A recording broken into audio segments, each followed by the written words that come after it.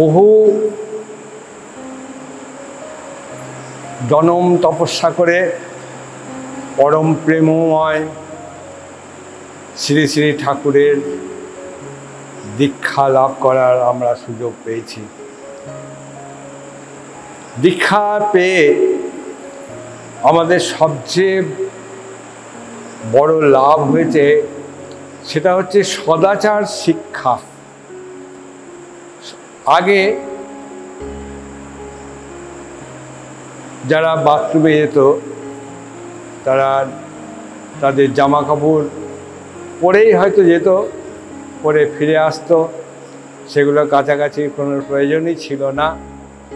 কিন্তু তারা জানতো না যে বাথরুমে যাওয়ার পরে কিছু ব্যাকটেরিয়া জামা কাপড়ের সঙ্গে মিশে যায়, তার ফলে বিভিন্ন রোগের সৃষ্টি হয়।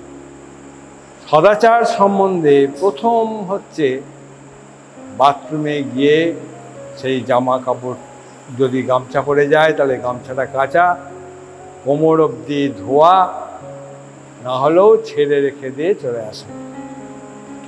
তারপর হচ্ছে চা খেয়ে হাত ধোয়া, বা কোনো কিছু খাওয়ার পরে হাতটাকে আগে ভালো করে ধুয়ে নিয়ে তারপরে কিছু খাওয়া দাওয়া করা।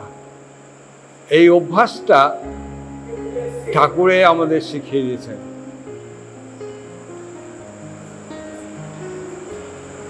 কিভাবে? সদাচারটা স্বাস্থ্যের পক্ষে খুবই প্রয়োজনীয়। সদাচার যদি না থাকে তাহলে মানুষের দেহে রোগের আকর হয়, বিভিন্ন রকম রোগ বালায় মানুষকে ভোগ করতে হয়। সেই জন্যে ঠাকুর শিখিয়ে দিয়েছেন, বা তার বক্তব্যে আছে, বলা আছে যে সদাচার কিছু খাওয়ার পরে হাতটাকে ধুয়ে ফেলা, তারপরে নাক ঝেড়ে নাকটা পরিষ্কার করে হাতটা ধোয়া, পরিষ্কার পরিচ্ছন্ন জামা কাপড় পরা, এইগুলো সদাচারের মধ্যেই পড়ে। তো এইগুলো সদাচার শিখেছি আমরা এবং নিয়ম মাফিক পালন করার চেষ্টা করছি। ঠাকুর প্রতি মুহূর্তেই আমাদের সঙ্গে থাকেন, আমাদের পর্যবেক্ষণ করেন, আমরা কি করি না করি সমস্ত কিছুই ঠাকুর দেখতে পান। আমরা মনে করি এই যে আমাদের সৎসঙ্গ হলো, সেই সৎসঙ্গ চলাকালীন ঠাকুর নিশ্চয়ই এসেছিলেন এবং ঠাকুর এসে বসে দেখেছেন যে কি কেউ অনুষ্ঠান কেমন হচ্ছে, কি হচ্ছে না হচ্ছে। ঠাকুর প্রতি মুহূর্তেই আসেন। আমাদের এটা অনুভবের অভাব, আমরা অনুভব করতে পারি না। আমরা মনে করি ঠাকুর বসে আছেন, ঠাকুর সত্যিই বসে থাকেন। ঠাকুর আমাদের সমস্ত কিছুই দেখেন, আমাদের ভুল ত্রুটিগুলো পরবর্তীতে শোধরানোর চেষ্টা করেন। তো এই প্রসঙ্গে একটা কথা বলি। ঠাকুর এক পরিবারের দুই ভাই, বড় ভাই কুলগুরুর দীক্ষা নিয়েছিলেন। কুলগুরুর দীক্ষা নিয়ে তিনি তার নির্দেশিত নিয়ম মাফিক পালন করতেন। আর তার ছোট ভাই আমাদের ঠাকুরের দীক্ষা নিয়েছিলেন। তো ঠাকুরের দীক্ষা নিয়ে নাম সৎসঙ্গ করা, হরিনাম কীর্তন করা সব কিছু করতেন। তখন বড় ভাই একদিন ছোট ভাইকে বলল যে তুই আমার এই ঠাকুরের মন্ত্রের দীক্ষা নিয়ে নে। তখন ছোট ভাই কিছুতেই রাজি হয় না, সে বলছে আমি দীক্ষা নিয়েছি, তাহলে কেন আবার নেবো?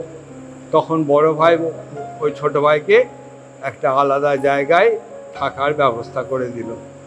ব্যবস্থা করে দেওয়ার পরে ঠাকুরের কাছে প্রার্থনা করে যে ঠাকুর, আজকে আমার দাদা আমাকে এইভাবে পরিত্যাগ করলো, সে কুলগুরুর দীক্ষা নিইনি বলে। দাদা বলছে যে আমি কুলগুরু, আমার গুরুদেব আমার বাড়িতে আসেন, মাসে হোক, 3 মাস পরে হোক, সপ্তাহ পরে হোক, আমি তাকে কাপড় কিনে দিই, মিষ্টি এনে দিই, সব কিছু। গুরুদেব আমার সব কিছু দেখাশোনা করেন, সব কিছু আমার সুখ সুবিধা দেখেন, তখন ছোট ভাইকে বলছে, তোর গুরুদেব কই, কোনোদিন তো কই তোর কাছে আসেনি, তোর কাছে অনুভব করেন, তুই তাহলে কি করে তুই গুরুদেব গুরুদেব করে বেড়াচ্ছিস? তখন ছোট ভাই খুব দুঃখ পেয়ে দেওঘরে ঠাকুরের কাছে চলে গেলেন। ঠাকুরের কাছে গিয়ে বসে থাকলেন। বসে থাকার পরে ঠাকুর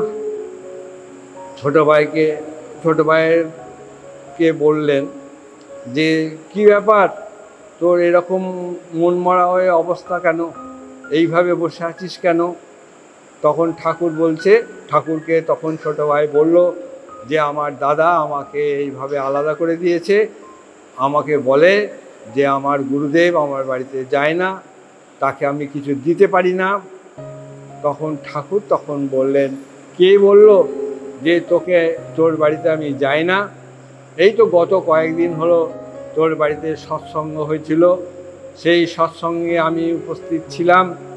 তুই কি কি ফল মিষ্টি দিয়েছিস, সন্দেশ দিয়েছিস, আপেল দিয়েছিস, বেদানা দিয়েছিস, তারপরে আরও অনেক রকম ফলমূল দিয়েছিস, তারপরে একটা ডাব দিয়েছিস।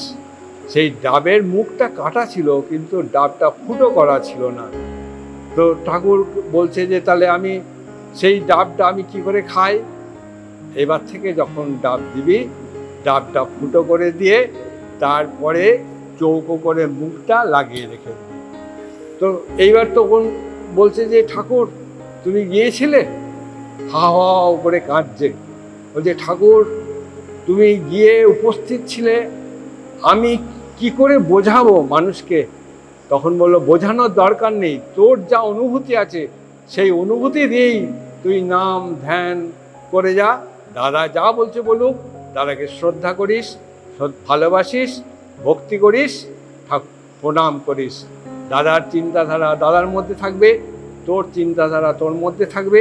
তুই যে ঠাকুর তোর কাছে যায় এটা তুই জেনে থাক, সেই মতো করেই তুই চল।